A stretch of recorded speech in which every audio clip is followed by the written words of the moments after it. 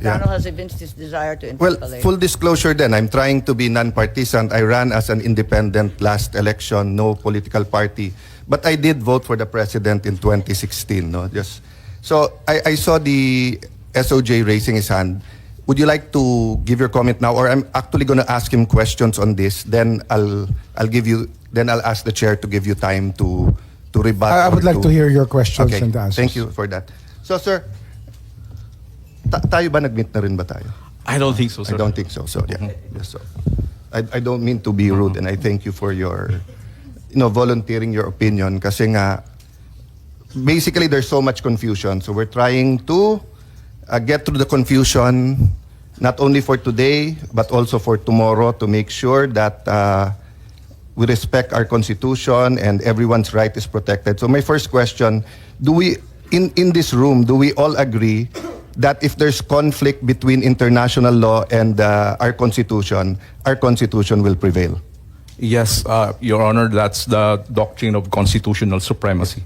You agree, SOJ? No? Yeah. If there's conflict, di ba? Kasi sinabi naman sa Constitution that international law forms part of the land of the law. So if there's no conflict, wala tayong problema. Okay.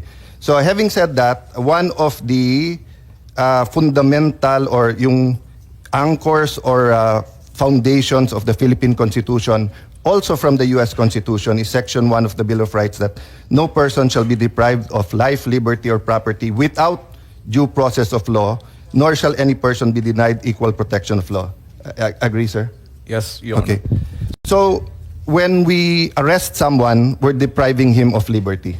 Yes, Your Honor. When we deport someone by virtue of a warrant arrest, let's say like in the case of Congressman Mark Jimenez extradition with the U.S., we're depriving him of liberty. Yes, Your Honor. Okay. So when we, I don't know, alleged lawful arrest, let me just use it that way while we're determining, of former President Duterte, and then putting him to a plane to Hague, we deprived him of liberty. Yes, Your Honor. Okay. So the next question, was he given due process? So ang sinasabi po ng government, there are two ways: extradition or surrender. Yes. Okay. And tama po ba, this law that we're invoking now was passed before we ratified yung ICC? Yes. Mhm.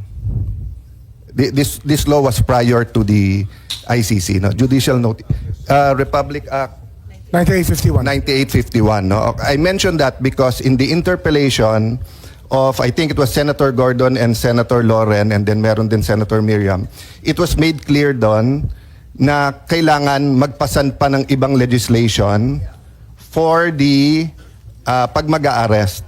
Ayan, no? Senator Legarda, so even if the executive ratifies it and we concur on its ratification, and we pass this proposed measure that we are contemplating now, is it not enough to implement the Rome Statute? Mali lang yung records, wrong statute nakalagay. Pero mukhang tama din na wrong talaga eh. Pero Rome Statute dapat to. Okay. Senator Gordon, yes, it is just like the VFA all over again. It is not enough, Mr. President, because there will be a mechanism upon which we would have to surrender certain nationals who have committed war crimes or violations against covered by the statute that we have not to be met, no? So meaning, if you take judicial notice of this, while we were passing this law later on, the intent of the legislature was to pass a mechanism for surrender. You can dispute that later on, sir, and look into it. I don't think we'll finish everything naman today, di ba? Some of this we really have to also consult everyone, no? But having said that, I think the point of the senators there was, klaro kasi extradition. So sa extradition, mako-comply mo yung due process sa Section 1 because you will, tama ba ako, you will be brought before a judge. Yes po. They will show you the extradition notice and the other papers like the warrant of arrest, and the person being arrested can answer before the judge. Tama Yes po ba? po. Okay. So let me go to Section 2. The right of the people to be secure in their persons, houses, papers, and effects against unreasonable searches and seizures of whatever nature and for whatever purpose shall be inviolable, no? So i-google na lang natin inviolable, but tama ba? basically you cannot violate this. Opo. Okay. And no search warrant or warrant of arrest shall issue except upon probable cause to be determined personally by the judge and after examination under oath or affirmation of the complainant and the witness he may produce, and particularly describing the place to be searched and the person or things to be seized. Okay. Mas bata ka ba sa akin? Wow. 1970 ako pinanganak. Matanda na po ako. So, Yeah. halos magka-age tayo. Hindi po, mas matanda po ako. Mas matanda ka ng kwat. Sorry, mas mukha kang bata sa akin. But, no, the point is, because medyo middle kaming pinanganak nun, I think mas ka-age ko si Gilbert, no? So, ang alam ko lang, by the time kasi I got to law school, 87, 97 ako graduate, 10 years na tong constitution na to eh. This was all a reaction to martial law, where they had different kinds of warrant of arrest, including yung ASO and whatever, which were all legal during that time. Ha? I'm not judging that time. I'm just saying, both under martial law, the former constitution, jurisprudence, going from the Spanish to the Japanese period to the American period to our independence. So in the wisdom of the Filipino people, pinasa to na except, ang alam ko lang exception, there may be one or two, but alam ko exception yung sinabi mong deportation because when they come in, hindi na kailangan pumunta sa judge, immigration officials can deport or arrest them, di ba? Pero otherwise, hindi pwedeng si SOJ, DILG, hindi pwedeng si Secretary, no matter how brilliant Secretary Gubo is, when he's in the military can only arrest ata their personnel, no, under certain codes, di ba? But he cannot issue a warrant of arrest, di ba? So the safeguard of each and every Filipino sa due process is you're brought before a judge, and due process is one, yung nakalagay dito that you're informed about the nature of the words is in anong 12. Yan. Sa section 12, any person under investigation for the commission of offense shall have the right to be informed of his right to remain silent and have competent and independent counsel preferably of his choice. Yan po, General Torre, yung Miranda rights na binasa mo kay former President Duterte. Tama po, no? I didn't see the whole video eh. I just heard SILG said that there's a whole video, but I only saw sa internet, pero nakita ko binasahan. Okay. Pero nakalagay dito, okay. If he cannot afford, he can be given a counsel. So may question ako later on dyan. Okay, but on section 14, eto. In all criminal prosecution, the accused shall be presumed innocent until contrary is proved and shall enjoy the right to be heard by himself and counsel. Eto importante. To be informed of the nature and cause of the accusation against him and then to have a speedy trial, no? So meaning, the more you have to explain yung cause at yung nature kung foreign because you're not familiar with their laws compared sa laws natin. So for example, in the case of Mark Jimenez, he questioned the extradition request before a Philippine judge. I googled it, nakalagay pa nga doon. Nagrereklamo siya, mas atat pa daw yung Pilipino na extradite siya kaso sa Amerikano. I don't even know it's true, no? But my question is, sir, so is it your proposition that if we surrender without an arrest from a Philippine judge, we're denying him due process? That's my words based on Section 1, but feel free to use your words. Thank you, Senator. Yes, I agree. Basically, the principle involved here is due process. I think a lot of commentators have already pointed out the requirement of adherence to the principle of due process. So, whatever it is that the government action is taking that would deprive a person of life, liberty, or process or property, it has to go through a certain process. It's called procedural due process. If it's a crime, it's a criminal due process. It's a procedural due process requires opportunity to be heard, reasonable opportunity to be heard by and in an impartial or before an impartial tribunal. And in criminal law, both procedural and substantial due process are essential. Not only Yes, important yes. but are essential, Yes. di ba? Yes, Because yeah. in let's say other cases, kung magkamali ng konti sa procedure, it's repairable. Pero sa criminal law, na-accuse ka na mali, kambal mo pala yon, or nung pinasa yung batas na yon, hindi pa pala crime, and then you weren't informed, fatal yon. So much so that meron ngang doctrine of the poisonous tree, di ba? That if yung evidence that were taken from you were illegally obtained, ni hindi pwedeng gamitin against you. Is my recollection of the law. You're a professor, so you continually review this. I don't continually review you do this, no, but I should, of course. I agree, Senator. Okay. The rule is the exclusionary rule Yeah. for violation of the right against Yeah. unreasonable searches. I was and just seizures. emphasizing how important the procedural due process is, because my next question, sinabi mo nga reasonable time, di ba? So Reasonable opportunity po. reasonable opportunity, which includes reasonable time, right? Opo. Because even if you can run to court, if you give the court 3 hours, 5 hours, 10 hours, it's not for us because wala namang Supreme Court regulation or batas na nagsasabing the writ of habeas corpus has to be issued in 12 hours or 1 day or etc. Diba? So you give reasonable time. So can I just interject one question kay General Torre? So sir, when you read the Miranda rights, did you explain the nature and cause of the of the crime that he's being accused of? Yes, sir. Yes. It is on record and caught on video, sir. Yeah, sorry about I don't know lang kasi about the record, so I'm not doubting you. Yes, sir. Ang napanood ko lang kasi yung standard Miranda rights that Yes, sir. you have. So, how did you read to him yung nature and cause? It's sa warrant or you Yes, sir. I read narrate- from the warrant, sir. It From was the warrant. extracted from the warrant by the DOJ. So you read to him the warrant. Around Yes, sir. what time po yun? More or less. Mga around before lunchtime, sir.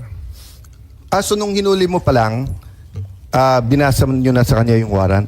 When Kasi we- yung nakita namin video, sir, sa airport, the wife of former ES Miguel Dia was asking nga, di ba? And Ma'am Handilet was also asking. At sinabi nyo, I don't know what you answered, but basically hindi nyo pa pinakita yung warrant nun, di ba? Nung yung mga video na yun, sir, gabi na yun, sir. Tapos na ang lahat na yun, sir. Paulit-ulit na lang, inuulit-ulit No, na lang what I yun, was sir. saying is that ang nakita kong video, yung Yes. palabas pa lang sila, and you were informing him naman na meron warrant, di ba?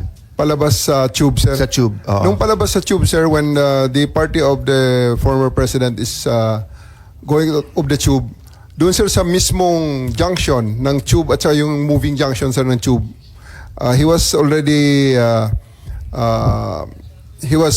met by PG, who attempted to read him his rights. Okay. And they said, wag na, pababain natin ang tension, doon na lang sa 250th. Okay, so they attempted wing, to sir. read him his right. And dala nila yung warrant nun, hindi pa? Yes, sir. Dala na, sir. Dala na nila? They will not So go yung out of issue the na plane. walang dala, that's not true kasi dala nila. Hindi sila lalabas sa plane, sir. Yun ang kondisyon nila. Hindi kami lalabas sa plane pag wala yung warrant. Warrant. And So it was nandun shown yung to them. warrant. Okay. Yes, sir. So did you or any of the people who were serving the warrant explain to him the elements of the crime? Yes, sir. The whole So warrant was actually given to them. So just because it's simple naman, what are the elements of the crime against humanity na may murder? If you explain to him, then you can explain to me, di ba? So what's the elements? During the time, sir, it was not me who attempted the reading of the rights. It was the prosecutor general. Yes, sir. But sabi mo, you know the elements of the crime. I read to him in toto what was written Yes. on the warrant, sir. I read the warrant. Wala dun yung elements of the crime. We did not say that I know the elements, sir. I just Yes. read to him exactly So- the charges in accordance with what is written in the Yes, sir. warrant. I'm not arguing on the opinion and the legal kasi ito factual pa lang. But my point is, when you arrest a Filipino citizen for theft, for inciting to sedition, etc., meron po tayong legal maxim that ignorance of the law is not an excuse thereof. So, we are, as Filipino citizens, dapat alam natin yung law, di ba? So, pag inarrest mo yung isang tao, ano yan, bagransya. Sandali lang, sir. Na-repeal na yung bagransya, hindi na bata, ano yan. But, I'm arresting you for what? For theft. you don't need to read the elements because alam na ng Pilipino yung nature and yung cause nung theft. But since this is a foreign court, and it's not even in the Rome Statute, yung elements. It was passed later on. So ang point ko, was the accused, in this case former president, aware of what he was being accused of? So I'll stop there, sir. Factual lang naman, and I take your answer that it was the warrant was there, it was read to him, and there are different... I won't go to them now. I'm just making the point that even if you serve the warrant, kung hindi niya alam at hindi alam ng lawyer niya, how do you expect him to run to court to get legal remedy? So, going back, Attorney Alexis, sir, so is the ability to seek legal remedy part of due process? Meaning, if you deny me, if you're accusing me of something, my warrant of arrest, and you don't allow me to go to Philippine courts, is that denying you due process? Absolutely, Your Honor. Without casting any aspersion on the character or competence of the officials involved. Yeah, I'm asking a general question. I think the question SOJ that you naman is posed, yes. listening and they will answer. So, going back to surrender. So, if my foreign court ngayon, I have it somewhere here, pasensya na kayo magulo. Senator Trillanes was saying in May 2024 na 3 batches of warrants to. First daw is si PRD, after that daw, Senator Bato, Senator Bongo, etc. And then sa third batch, military and police officials. So, I agree with Senator Bongo na wala na tayong magagawa in the sense na nandyan na si PRD. But I disagree na hindi importante itong hearing kasi kung may second, third, fourth batch pa yung warrants, it's important. And take note tama po ba ako, during the time that the Marawi uprising or the Marawi siege, Secretary Anyo, we were still under ICC noon, no? Kasi that was tama po, di ba? When we were in Russia. So you know, if a terrorist who survived goes to the ICC and shows them pictures of 19 women or children that were died and comes up with a witness and tells them, alam nyo, from President Duterte to Sec Anyo to the Chief of Staff to ganito, they planned this, they killed this ganito. It may be not true, it may be totally false. So if the ICC issues a warrant here, I want to make sure that every officer of the AFP has his day in court before they're sent to Hague. So valid itong hearing na to. As I said, may emotions lang, and you know, let's excuse all of ourselves kung minsan may konting emotion, but we just want to clarify this. So yun yung context ng tanong ko, Attorney Alexis, no? So kung halimbawa may warrant for whatever for Juan de la Cruz, kinuha siya based on that warrant, pero hindi siya binigyan ng enough time or enough opportunity before a Philippine judge, aren't we denying him due process? Because pagdating dun sa foreign court, as SOJ said correctly, and I agree with him, iba language, iba procedure, and everything. So isn't a Filipino citizen, doesn't he have the right under the Constitution to be judged first by Philippine law before he's brought out to a foreign country or to an international tribunal to face what their interpretation of the law is? If I may answer, Yes. Your Honor, if you look at the consistent policy of the Constitution, when there is a deprivation of liberty, the consistent policy of the Constitution is to involve the judiciary. The exclusion, complete exclusion of the judiciary in the deprivation of liberty of any citizen is anathema to the principles of the Constitution. And you can see that in the different provisions of the Constitution.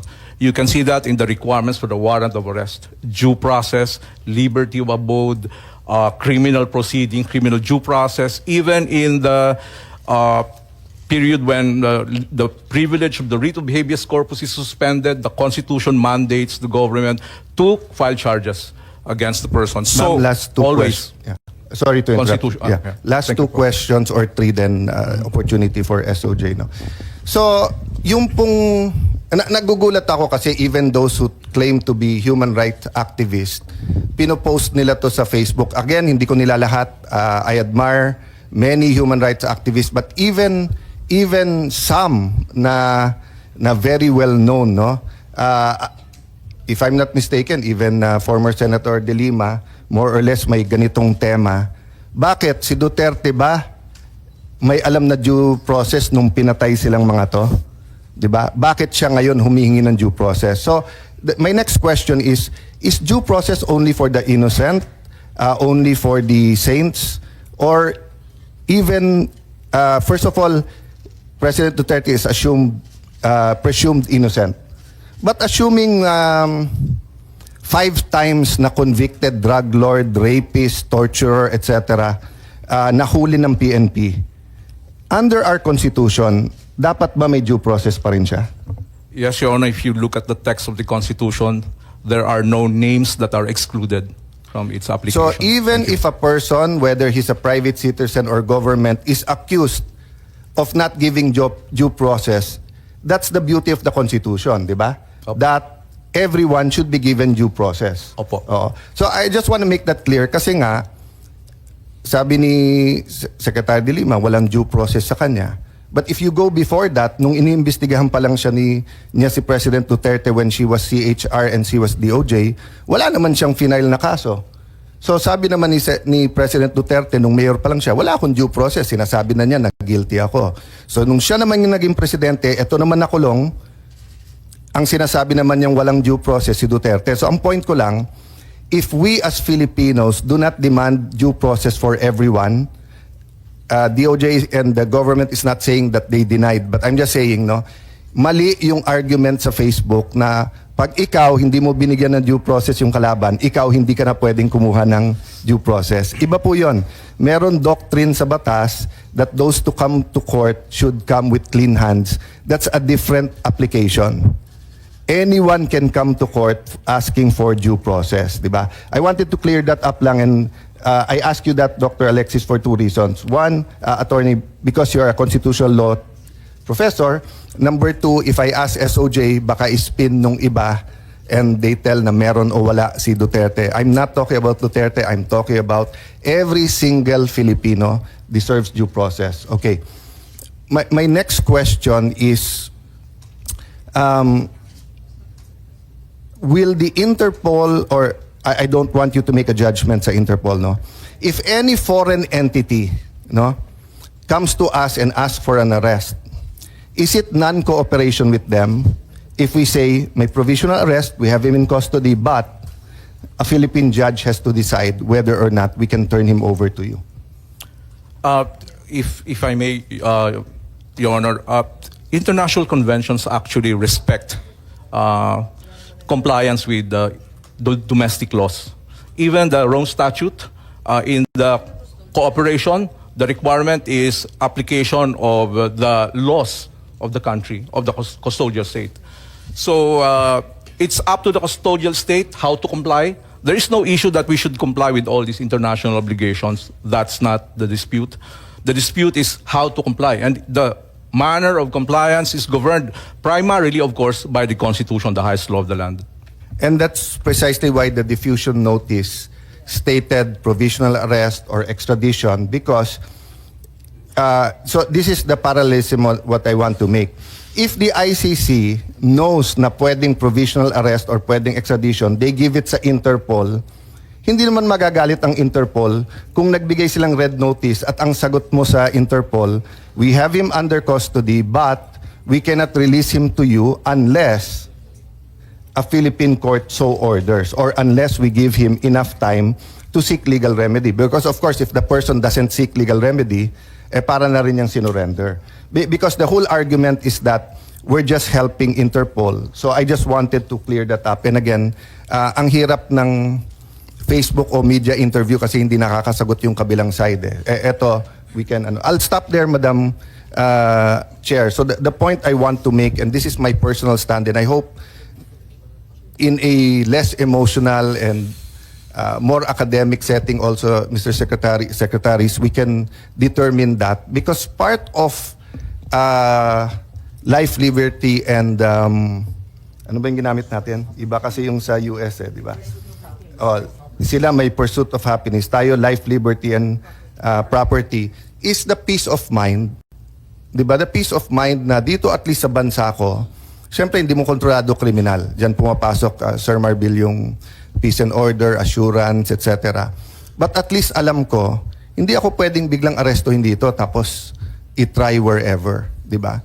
Pero kung in doubt 'yon, 'di ba? So for example, feel free to judge Senator Bato, but I made the same statement as the Senate President that if he's in the Senate, even if beyond 6 years yung kakasuhan sa kanya, kung hindi pa nagde-decide ang Supreme Court what constitutes surrender, etc., and he seeks legal remedy, we should give, under reasonable circumstances, sanctuary to him. We did that sa Batasan 5. I mean, I've never be pro, hindi ko na alam kung anong word ang gagamitin kasi baka sabihin red tagging, di ba? But the progressive left or whatever, di ba?